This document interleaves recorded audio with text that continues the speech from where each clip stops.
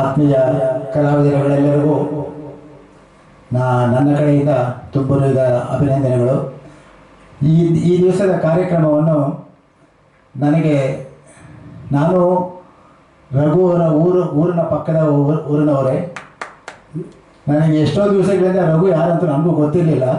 ಒಂದು ದಿವಸ ನಾವು ಸಿಂಗರ್ಸ್ ಅಕಾಡೆಮಿಯಲ್ಲಿ ಒಂದು ಕಾರ್ಯಕ್ರಮದಲ್ಲಿ ನಾನು ಭಾಗಿಯಾದಾಗ ಈಗ ಪರಿಚಯ ಆಯಿತು.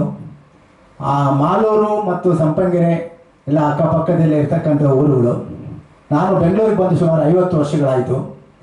ಸೊ ಅಣ್ಣವರ ಒಂದು ಮೂವೀಸ್ ಅಂದರೆ ನನಗೂ ತುಂಬ ಇಷ್ಟ.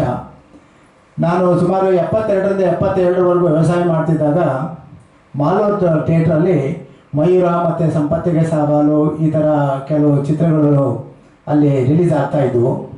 ಬಟ್ ಆಗ ನಾವು ಸೈಕಲಲ್ಲಿ 9 ಕಿಲೋಮೀಟರ್ ನಮ್ಮೂರಿಂದ ಮಾಲೂರಿಗೆ ಸೈಕಲಲ್ಲಿ ನಾವು ವ್ಯವಸಾಯ ಮಾಡ್ತಾಯಿದ್ರು ಸಹ ಸೈಕಲಲ್ಲಿ ಏನು ಅಣ್ಣವ್ರ ಮೇಲೆ ನಮಗೆ ಒಂದು ಅಭಿಮಾನದಿಂದ ಏನೋ ಕಷ್ಟಪಟ್ಟು ಮನೆಯಲ್ಲಿ ಏನೋ ಒಂದು ಸುಳ್ಳು ಪಳ್ಳು ಹೇಳಿ ಆ ಮೂವಿಗೆ ಹೋಗ್ತಾ ಇದ್ವಿ ನಾವು.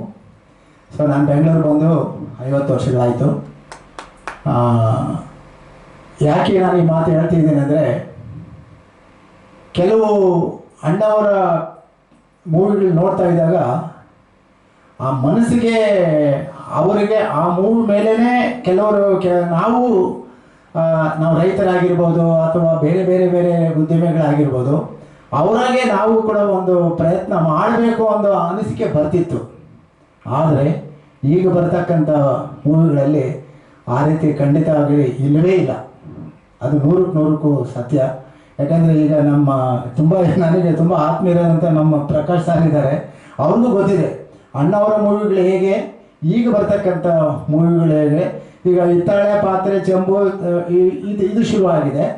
ಬಟ್ ಅಣ್ಣವರ ಆ ಕಾಲದಲ್ಲಿ ಅದು ಮಣ್ಣಿನ ಮಗ, ಅದು ಬಂಗಾರದ ಮನುಷ್ಯ, ಈ ಥರ ಆವತ್ತು ನಮ್ಮ ಒಂದು, ಯಾಕಂದರೆ ನನಗೆ ಈಗ 69ನೇ ವರ್ಷ ವಯಸ್ಸು. ಸೊ ಆಗಿನ ಕಾಲಕ್ಕೂ ಈಗಿನ ಕಾಲಕ್ಕೂ ತುಂಬ ವ್ಯತ್ಯಾಸ ಇದೆ. ಸೊ ನಾನು PMLಲ್ಲಿ ಸೂಪರ್ವೈಸರ್ ಆಗಿ ಕೆಲಸ ಮಾಡ್ತಿದ್ದಾಗ 2006ರಲ್ಲಿ ಅಣ್ಣವ್ರಿಗೆ ನಮ್ಮ ವೀರಪ್ಪನವರು ಒಂದು ಇನ್ಸಿಡೆಂಟ್ ಆಯಿತು. ಆವತ್ತಿನ ದಿವಸ ನಮಗೆಲ್ಲರಿಗೂ ಸ್ವಲ್ಪ ದುಃಖವೇ ಆಯಿತು. ಬಟ್ ಅದ್ರ ಹಿಂದ್ಗಡೆ ಏನೇನಿದೆಯೋ ನಮಗೆ ಅದೆಲ್ಲ ಗೊತ್ತಿಲ್ಲ. ಬಟ್ ಆದ್ರೂ ಸಹ ನಮಗೆ ಈ ಥರ ಆಗಬಾರ್ದಾಗಿತ್ತು ಅಂದ ನಮಗೂ ದುಃಖ ಆಯಿತು. ಬಟ್ ಅವು ಕೆಲವು ವಿಷಯಗಳು, ಯಾಕಂದರೆ ಯಾವುದೇ ರೀತಿಯಾಗಿದ್ರೇನು, ಎಂಥ ಕೋಟ್ಯಾಧೀಶ್ವರಿದ್ರೂ ಆ ಫ್ಯಾಮ್ಲಿನಲ್ಲಿ ಏನಾದರೂ ಒಂದು ಅಡಕು ತೊಡಕು ಇದ್ದೇ ಇರ್ತದೆ. ಅದು ಯಾರ ಕೈಲೂ ತಡೆಯೋಕ್ಕಾಗಲ್ಲ. ಆ ಫ್ಯಾಮ್ಲಿಯನ್ನು ಅಟ್ಯಾಚ್ಮೆಂಟೇ ಹಾಗೆ. ಅವ್ರಿಗೂ ತುಂಬ ನೋವಿತ್ತು, ಇಲ್ಲ ಅಂತಿಲ್ಲ. ಎಷ್ಟೇ ನಾವು ಕೋಟಿಗಟ್ಟಲೆ ನಮ್ಮ ಹತ್ರ ಇದ್ರೂ ಆದರೆ ಎಲ್ಲೋ ಒಂದು ಕಡೆ ಸ್ವಲ್ಪ ನೋವು ಅನ್ನೋದು ಇದ್ದೇ ಇರ್ತದೆ. ಆ ನೋವಲ್ಲಿ ಸ್ವಲ್ಪ ಅವ್ರಿಗೆ ತೊಂದರೆಗಳು ಆಯಿತು. ಏನೋ ದೇವರ ಅವರು ನಡ್ಕೊಂಬಂದ ದಾರಿ, ಜನಗಳಿಗೆ ಅವರು ತೋರಿಸಿದಂಥ ನೀತಿಗಳು. ಯಾಕಂದರೆ ಕೆಲವು ಅವ್ರ ನೀತಿ ಪಾಠಗಳು, ಒಂದು ಮೂವಿ ಅಂತ ಹೇಳಿದ್ರೆ ಅದಕ್ಕೆ ಒಂದು ರೀತಿ ಇರ್ತಾ ಇತ್ತು. ಸೊ ಅದರಿಂದ ನನಗೆ ಅಣ್ಣ ಅವ್ರ ಬಗ್ಗೆ ಹೆಚ್ಚಿಗೆ ಹೇಳೋದಕ್ಕೆ ನನಗೇನು ಗೊತ್ತಾಗಲ್ಲ. ಸೊ ಆದ್ರೂ ನನ್ನ ಕಡೆಯಿಂದ ಅವರಿಗೆ ಹೃತ್ಪೂರ್ವಕ